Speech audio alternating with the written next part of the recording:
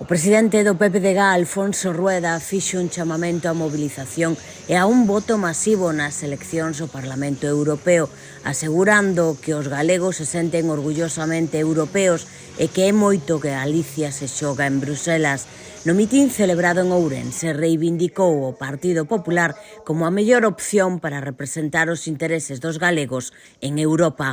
Se decide moitísimas cousas en Europa, cousas que nos gustan e que nos benefician.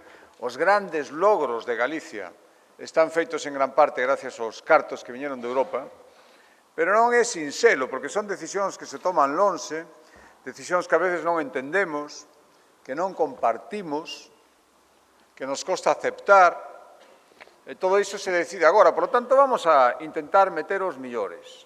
En clave local, o líder dos populares ourensáns, Luís Menor, pediu á militancia que faga un esforzo para contribuir desde Ourense a unha victoria contundente nestas eleccións.